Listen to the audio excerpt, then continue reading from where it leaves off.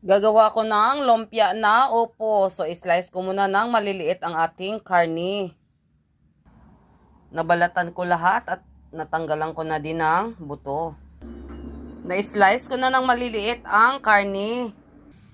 Palambutin muna natin ang karni. Lagyan natin kunting asin at paminta na powder. So, ito nahugasan ko na ang ating upo. So, ito ang aking gagawin. So, dito tayo sa malalaking butas. Yan. Raraspahin lang natin.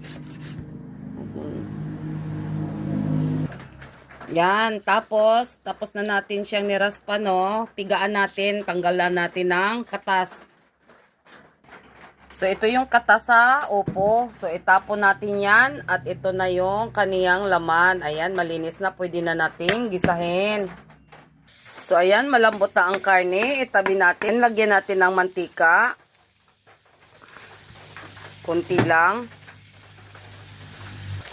Ilagay natin ang lamas, sibuyas, bawang, at sili. Wow, ang bango na. So, ilagay na natin ang ating upo. Yan, imimix natin. Madali man lang maluto ang upo, no? Madali lang siyang lalambot.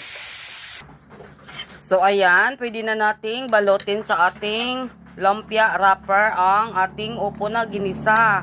With karne, medyo spicy siya, guys. At ang sarap. Yan, balutin muna natin. Yan, guys. So, ibabalot na natin ang ating upo. Lumpia na upo. Ayan. Diba? So, ito na lahat ang nagawa natin na lumpiang upo. So, ngayon, prituhin na natin.